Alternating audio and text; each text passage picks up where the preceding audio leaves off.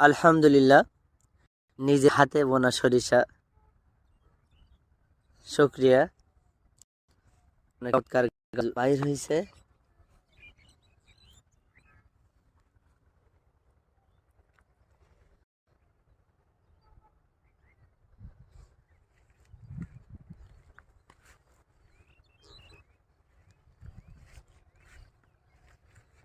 আমার বাপজানকে নিয়ে মাঠে আসছি সরিষা দেখতে।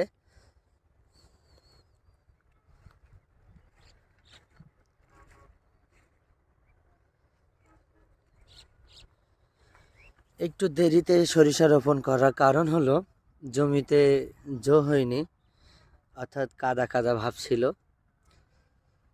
অনেক দেরিতে রোপণ করা।